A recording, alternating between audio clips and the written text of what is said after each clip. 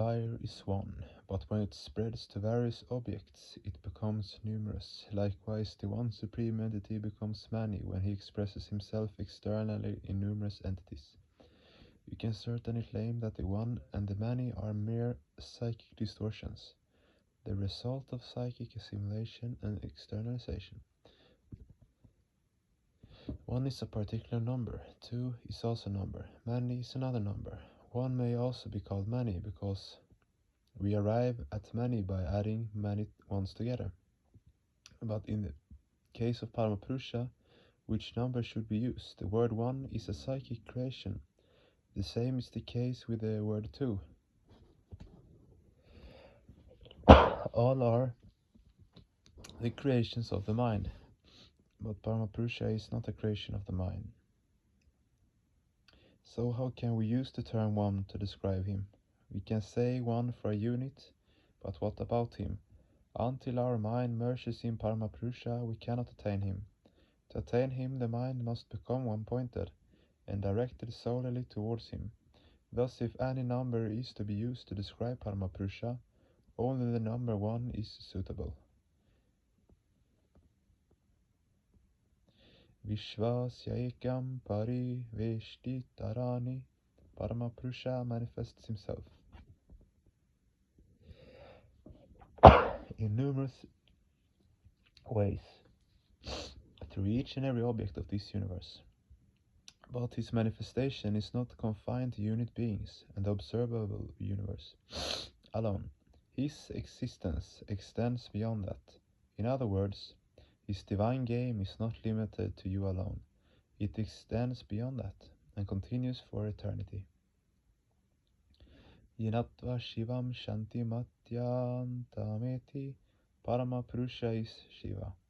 By knowing him, human beings can attain absolute peace. The word Shanti is derived from the Sanskrit root verb sham plus suffix ktin. Shanti means to remain absorbed in one's own self. One can attain equanimity and equipoise of mind by knowing Paramapurusha. This is what is called Shanti.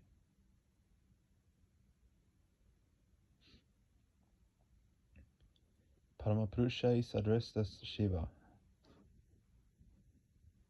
Shiva is also called the cognitive faculty, Shiti Shakti, that is, Shiva is also a kind of force of Shakti. In ordinary terms, what we call Shakti is Prakriti, so Paramapurusha is Shiti Shakti, and Prakriti is his immanent power. Only if Shiti Shakti permits it, can the binding faculty of Prakriti influence him. But if the cognitive faculty does not desire it, the operative force of Prakriti is helpless. Then Shiva remains dormant in his unmanifested stance. We witness the manifested state when the cognitive faculty permits the operative force to operate. So when someone attains freedom from bondage, it means he or she is freed from the bondage of the operative principle, and is thus established in the cognitive faculty. This is why it is said, Gyanatva Shivam Shanti Matyantameti. It is also said, Anadya Antantama Kashilasya. Anadya Nanta Makilasya. Madhye Vishvasya. Srashtram Manekarupam. He not only manifests himself in the very subtle universe, is equally beginningless, Anadi, endless, Ananta, and unbared, Akila. What is the meaning of Akila?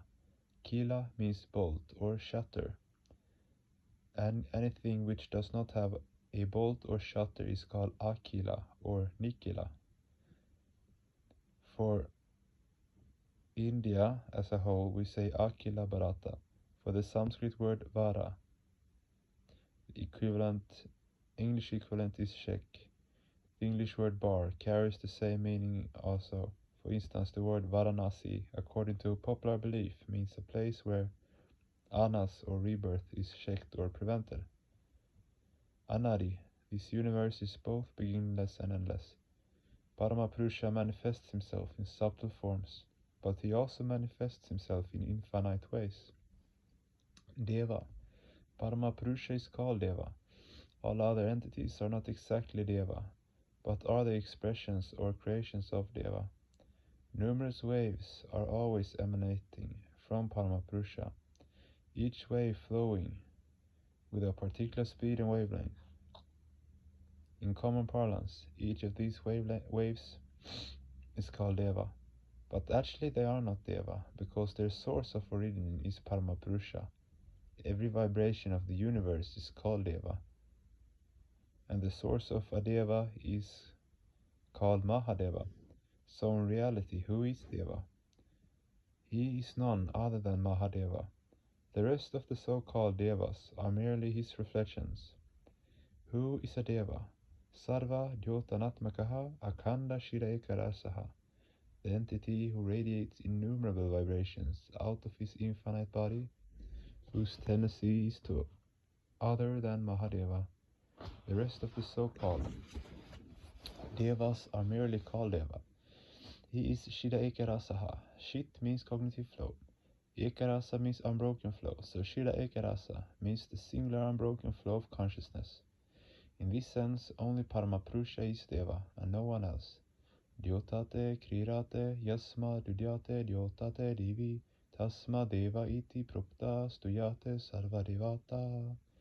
The entity whose vibration vibrates the whole universe, whose effulgence illuminates every other entity, from whom all other entities emanate, and in whom all other entities culminate, is the true Deva. All other deities are engaged in the service of the Supreme Deva. Hence he is the God of all gods, the Deva of all Devas, that is Mahadeva. By knowing Mahadeva, all the binding fetters are removed forever. Here the fetters, pashas, mean all the physical, psychic and spiritual fetters. In the narrow sense, pasha means the 8 pashas. Grina, Shanka, Bayam, Ladya, Yugupsa, Seti, Panchami, Kula, Shila, Manansha, Ashtau, Pasha,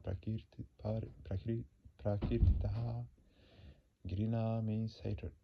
Shanka means apprehension. Baya means fear. Ladya means complex of shyness. Yugupsha means hiding something or suppression. Kula means lineage. Shila means vanity of culture.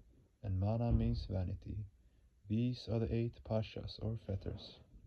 Sometimes the word pasha refers also to the 6 enemies, ripu, kama or attraction for physicality, krodha or anger, lobha or greed, moha or blind attachment, mada or pride, and matsarya or envy. Sometimes it refers also to the 50 psychic propensities, vritti of the mind. Only by knowing this deva or paramapurusha can human beings attain emancipation from all sorts of bondages. There is no other way to emancipation. To know him means to merge the unit mind into the cosmic mind. Human beings can become one with Paramapurusha with the help of their unit consciousness.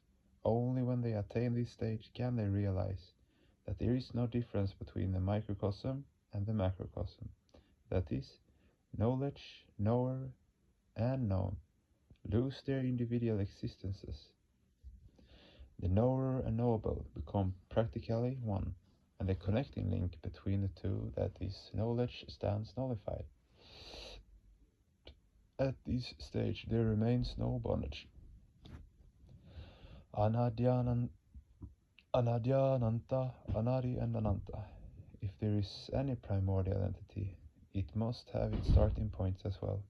If there is a starting point, it must exist in a certain place, and it must have its culminating point also. If the starting point is located at a certain place, the culminating point must also be located in a certain place.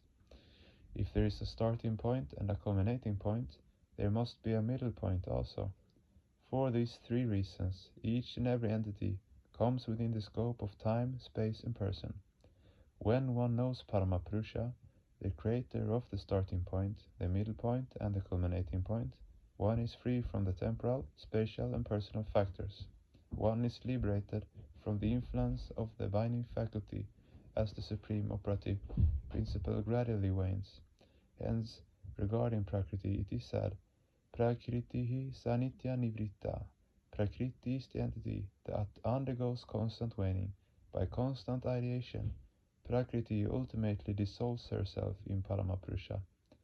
Just as Prakriti is merged in Purusha under certain conditions, sadhakas also become one with Paramapurusha when liberated from the bondages of the operative principle.